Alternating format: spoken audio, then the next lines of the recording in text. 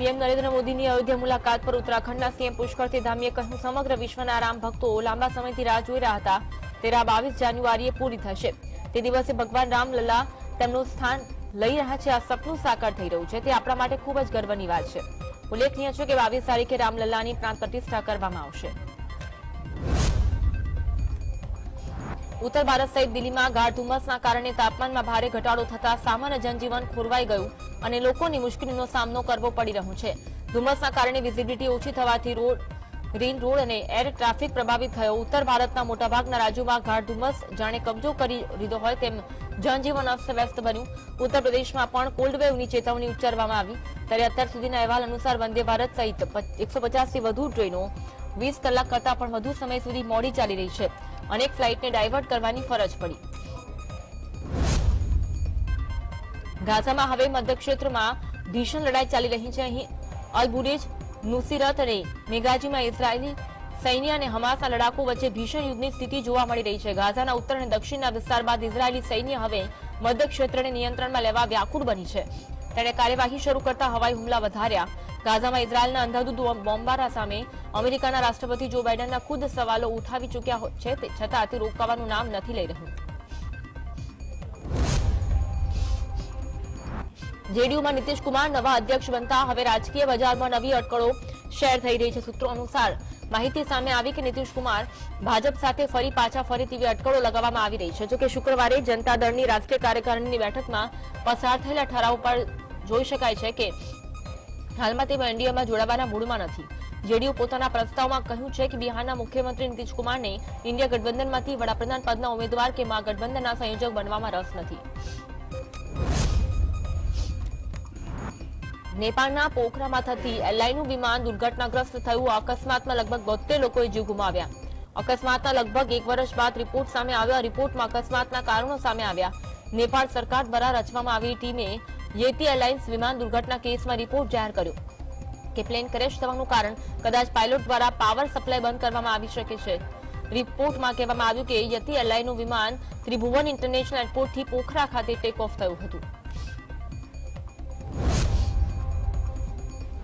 22 જાન્યુઆરી ઐતિહાસિક તારીખ છે, જેનું સપનું દરેક રામ ભક્ત લાંબા સમયથી જોઈ રહ્યા છે. અયોધ્યામાં લાંબી રાહ જોયા બાદ અંતે રામલલ્લાની પ્રાણ પ્રતિષ્ઠા થવા જઈ રહી છે. આ વચ્ચે મહારાષ્ટ્રમાં નેતા સંજય રાઉતે મોટું નિવેદન આપ્યું. લોકસભા ચૂંટણીને ધ્યાનમાં રાખી સંજય રાઉતે બીજેપી પર નિશાન સાધ્યું. તેમણે કહ્યું, 22 જાન્યુઆરી બાદ ભારતીય જનતા પાર્ટી ભગવાન રામને પણ ઉમેદવાર બનાવી દેશે. સંયુક્ત આરબ અમીરાતની રાજધાની અબુધાબીમાં પ્રથમ ભવ્ય હિન્દુ મંદિર તૈયાર થયું છે. બીએપીએસ સ્વામિનારાયણ સંસ્થાએ બનાવેલું આ હિન્દુ મંદિરનું ઉદઘાટન 14 ફેબ્રુઆરીએ થશે, જેનું ઉદઘાટન વડાપ્રધાન મોદી કરશે. ગુરુવારે મંદિરનું એક પ્રતિનિધિ મંડળ નવી દિલ્હીમાં વડાપ્રધાનના નિવાસસ્થાને પહોંચ્યું હતું. સ્વામીએ પીએમ મોદીને ગુરુવર્ય મહંત સ્વામીજી વતી મંદિરના ઉદઘાટન માટે આમંત્રણ આપ્યું, જેનો પીએમ મોદીએ સ્વીકાર કર્યો છે. ભારત સરકાર United liberation front of Assam એટલે કે ઉલ્ફા અને અસમ વચ્ચે ત્રિપક્ષીય શાંતિ કરાર પર હસ્તાક્ષર કરવામાં આવ્યા. 40 વર્ષમાં પ્રથમ વખત સશસ્ત્ર આતંકવાદી સંગઠન ઉલ્ફાના પ્રતિનિધિઓ અને અસમ સરકાર વચ્ચે શાંતિ સમાધાન કરારના મુદ્દા પર હસ્તાક્ષર કરવામાં આવ્યા. પૂર્વોત્તરમાં ભારત સરકારના શાંતિ પ્રયાસો તરફ આ એક મોટું પગલું છે. જાન્યુઆરીમાં પહેલા અઠવાડિયામાં કોંગ્રેસ વિપક્ષી દળો સાથે બેઠક કરશે અને સીટ શેરિંગ ફોર્મ્યુલા પર ચર્ચા કરશે. વાસ્તવમાં લોકસભા ચૂંટણીમાં ભાજપ વિરુદ્ધ બનેલા 28 પક્ષોના ગઠબંધનના સીટની વહેંચણી પર હજુ સુધી કોઈ ચર્ચા થઈ નથી.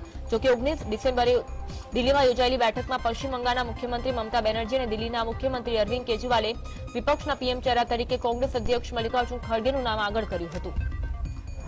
અમદાવાદમાં પાટીદાર મહાપંચાયત શાહીબાગ સરદાર મેમોરિયલ સ્મારકમાં મળવા જઈ રહી છે, જેનું આયોજન સરદાર સન્માન સંકલ્પ સમિતિ દ્વારા આયોજન કરવામાં આવ્યું. પાટીદારો દ્વારા નરેન્દ્ર મોદી ક્રિકેટ સ્ટેડિયમનું નામ ફરીથી સરદાર વલ્લભભાઈ પટેલના નામે કરવા માંગ થઈ રહી છે.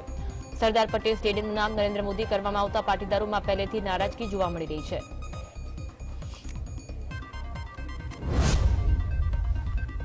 જૂનાગઢ જિલ્લાના ગિરનાર પર્વત માટે હાઈકોર્ટની ઝાટકણી બાદ જિલ્લા પ્રશાસને મહત્વનો નિર્ણય કર્યો. ગિરનારમાં પ્લાસ્ટિકની વસ્તુઓ પર પ્રતિબંધ મૂકવામાં આવ્યો, જેથી ગિરનારમાં પ્લાસ્ટિકની વસ્તુઓ મુસાફરો લઈને જઈ શકશે નહીં.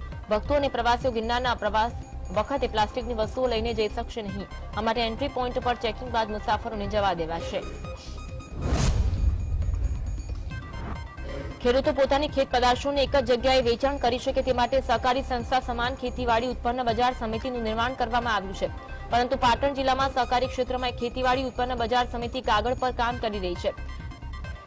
નથી તેની ઓફિસ કે નથી બિલ્ડિંગ કે નથી જગ્યા. આ વાત છે ખેતીવાડી ઉત્પન્ન બજાર એટલે કે એપીએમસીના પાટણમાંથી વિભાજન થયેલ સરસ્વતી ખેતીવાડી ઉત્પન્ન બજાર સમિતિની. આ માર્કેટયાર્ડ માત્ર કાગળ પર કાર્યરત છે, જેને સાદી ભાષામાં ભૂતિયા કહેવાય છે તેવી સ્થિતિમાં માર્કેટયાર્ડ છે.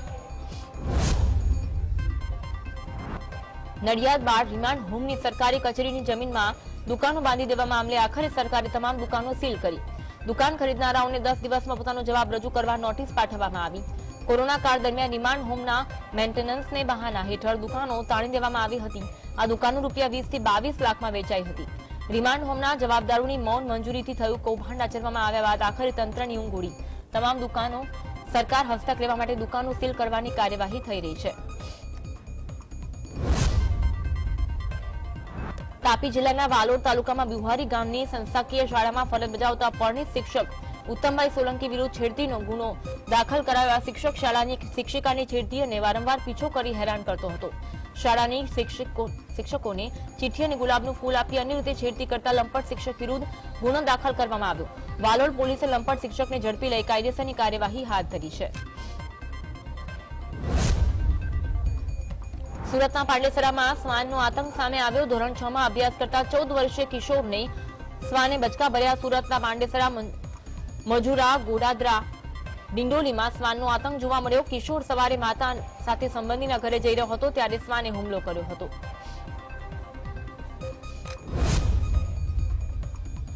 કોંગ્રેસ પ્રવક્તા હિરેન બેંકરે રાજ્ય સરકાર પર ડ્રગ્સ મામલે પ્રહાર કર્યા. હિરેન બેંકરે કહ્યું કે વિકાસની વાતો કરતી ભાજપ સરકારના ગઢ ગુજરાતમાં ઉડતા ગુજરાત જેવી સ્થિતિ સર્જાઈ છે.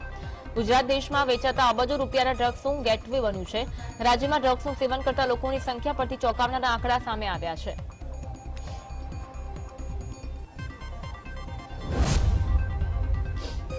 અમદાવાદ અદ્વૈત આશ્રમ ખાતે સાધુ સંતોની બેઠક મળી, જેમાં ગાય માતાને રાષ્ટ્રમાતા જાહેર કરવાની માંગ ફરી એકવાર ઉઠી, જેને લઈને આવનારા દિવસોમાં સાધુ સંતો દ્વારા પ્રતિષ્ઠા આંદોલન શરૂ કરવામાં આવશે. ગાંધીનગરમાં ભાજપની પ્રદેશ બેઠક મળી હતી. પ્રદેશ અધ્યક્ષ સી આર પાટીલ, મુખ્યમંત્રી ભૂપેન્દ્ર પટેલની ઉપસ્થિતિમાં યોજાઈ. ઉપરાંત રાષ્ટ્રીય નેતા અરુણ સિંહ પણ બેઠકમાં હાજર રહ્યા, જેમાં લોકસભા 2024ની તૈયારીઓ માટેની સમીક્ષા કરવામાં આવી હતી. સુરત મહાનગરપાલિકાની મુખ્ય કચેરીએ સામાન્ય સભા મળી. આ સામાન્ય સભા શરૂ થાય તે પહેલા પાલિકાના વિપક્ષી સભ્ય પાયલ સાકરિયા સહિતના કોર્પોરેટરો કાળા વસ્ત્રો પહેરી અને માથે કાળી પટ્ટી બાંધી સામાન્ય સભામાં ઉપસ્થિત રહ્યા. બીઆરટીએસ બસની અડફેટે બનેલી ગમખ્વાર અકસ્માતની ઘટનાને લઈ ભાજપ શાસકોને ઘેરવાનો પ્રયાસ કર્યો હતો.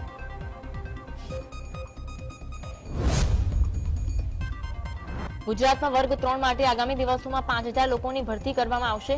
ગૌણ સેવા પસંદગી મંડળના સચિવ હસમુખ પટેલે મહત્વપૂર્ણ જાહેરાત કરતા કહ્યું કે રાજ્યમાં આગામી 15 દિવસમાં વર્ગ 3ની 5000 જગ્યાઓ ભરવા માટે ભરતી બહાર પડાશે. ગુજરાત સરકારે વર્ગ 3ની ભરતીને લઈ કેટલાક ફેરફાર કર્યા છે.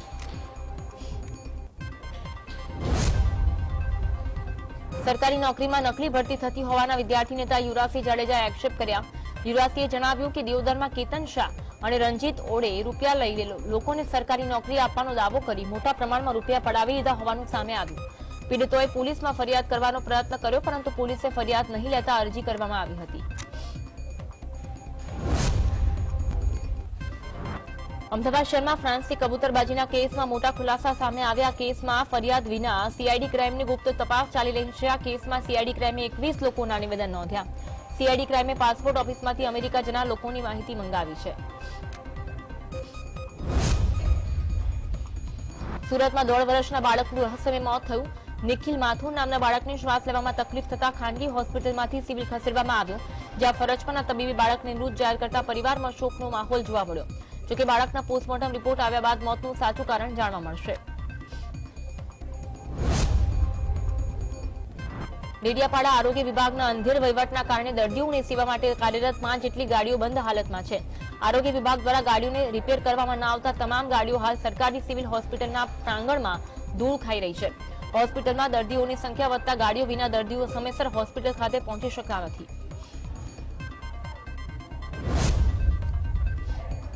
ગાંધીનગર ખાતે આઈઆઈટીમાં વધુ એક કોરોના કેસ સામે આવ્યો. આઈઆઈટીમાં અભ્યાસ કરતો વિદ્યાર્થી કોરોના સંક્રમિત થયો. વિદ્યાર્થીને સામાન્ય તાવ અને શરદી હોવાના કારણે કોવિડ ટેસ્ટ કરાવતા કોવિડ પોઝિટિવ નીકળ્યો. હાલમાં વિદ્યાર્થીને આઇસોલેશનમાં સારવાર હેઠળ રાખવામાં આવ્યો છે.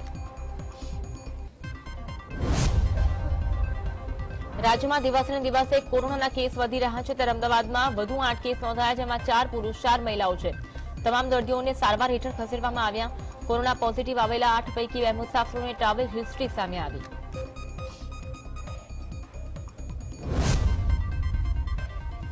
ચીન સહિત ભારતના અલગ અલગ રાજ્યોમાં કોરોના બાદ હવે નવા વેરિયન્ટના પગલે અલગ અલગ રાજ્ય સરકારોની ચિંતામાં વધારો થયો. ત્યારે સુરત મહાનગરપાલિકાની મુખ્ય કચેરી ખાતે રિવ્યુ બેઠક યોજવામાં આવી. આ બેઠક પાલિકા કમિશનર અને મેયરની અધ્યક્ષતામાં મળી.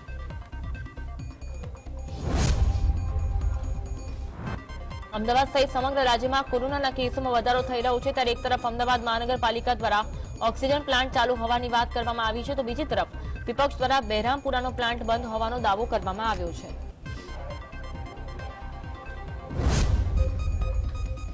ભરૂચના સાંસદ મનસુખ વસાવાએ કહ્યું, ચેતર વસાવાને આપ પાર્ટીના નેતાઓ આગળ કરી કોર્ટમાં એનો કેસ બગાડી રહ્યા છે. વધુમાં તેમણે કહ્યું, આગામી 7 તારીખે દિલ્હીના મુખ્યમંત્રી અરવિંદ કેજરીવાલ અને પંજાબના મુખ્યમંત્રી ભગવંત માન ચેતર વસાવાના સમર્થનમાં આવી રહ્યા છે. ત્યારે આમ આદમી પાર્ટી ચેતર વસાવાને સમર્થન આપવા નહીં પણ પોતાની પાર્ટીને ગુજરાતમાંથી ઊંચી કરવાના પ્રયત્ન કરી રહી છે.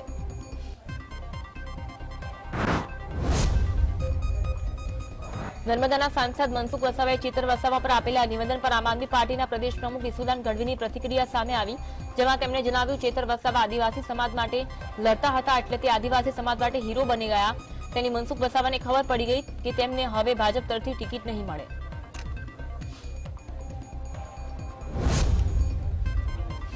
ઔદ્યોગિક એકમો દ્વારા ઘાતક રસાયણોને જમીન, હવા અને પાણીમાં છોડવામાં આવી રહ્યા છે. ત્યારે આમ આદમી પાર્ટીના પ્રદેશ મહામંત્રી સાગર રબારીએ પ્રતિક્રિયા આપી કહ્યું, ઔદ્યોગિક કેમિકલ મોટી માત્રામાં જમીન અને પાણીમાં છોડવામાં આવી રહ્યું છે.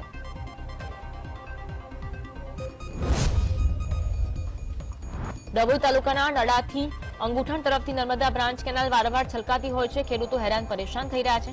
ડભોઈ તાલુકાથી ફરતી કુઈ સીમ વિસ્તારમાં ખેડૂતો નુકસાન વેઠી રહ્યા છે. જરૂરી સાફ સફાઈ થતી ન હોવાથી કેનાલના પાણી ઉભરાઈને ખેતરમાં ફરી વળતા હોય ખેડૂતોમાં રોષ જોવા મળી રહ્યો છે.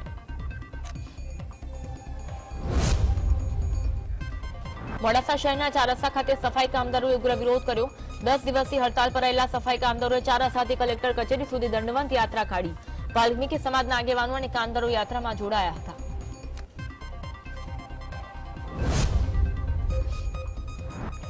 ઈડરમાં નગરપાલિકાના સફાઈ કામદારો હડતાલ પર ઉતરી ગયા. સફાઈ કામદારોને લાકડીથી માર મારવાની ઘટનાનો વિરોધ કરવામાં આવ્યો. સફાઈ કામદારોએ લાકડીથી માર મારનાર પર કાયદેસર કાર્યવાહી કરવાની માંગ કરી.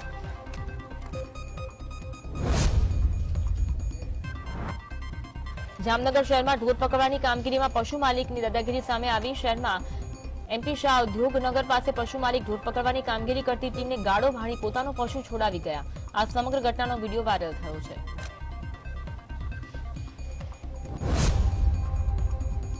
અંજારમાં એચપીસીએલ કંપનીની દાદાગીરી સામે આવી. અંજારના મોડસર ગામમાં એચપીસીએલ કંપની દ્વારા ખેડૂતોને વળતર આપ્યા વગર ખેતરમાં પાઇપલાઇન નાખતા ખેડૂતોએ વિરોધ કર્યો હતો.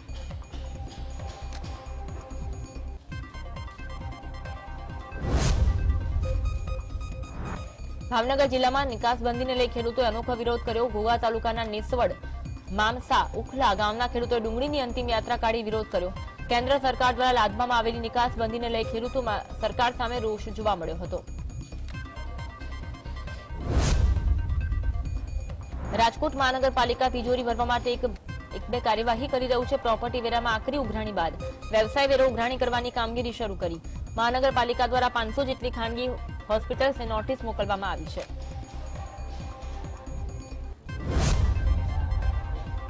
ભાવનગર મહાનગરપાલિકાની વર્ષ 2023ની અંતિમ સાધારણ સભામાં વિપક્ષે આક્રોશ વ્યક્ત કર્યો. સાધારણ સભાની પ્રશ્નોત્તરીમાં વિપક્ષના નેતાએ મેયરનો ઉદ્રો લીધો હતો.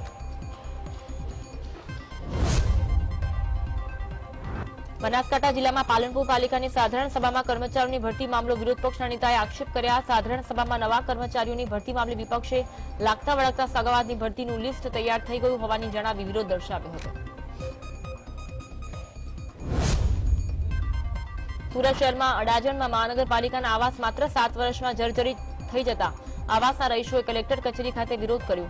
આવાસમાં રહેતા લોકો ભયના ઓથાર હેઠળ જીવી રહ્યા છે. રાજકોટ અને આસપાસના વિસ્તારોમાં દીપડા લટાણને લઈ સૌરાષ્ટ્ર યુનિવર્સિટી દ્વારા એક નિર્ણય કરાયો, જેમાં રાતના સમયે કેમ્પસમાં જવાની પણ મનાઈ ફરમાવાઈ. તો યુનિવર્સિટીના અલગ અલગ રસ્તા પર બેરિકેડ લગાવાયા. આ નિર્ણય જ્યાં સુધી દીપડો ન પકડાય ત્યાં સુધી લાગુ રહેશે.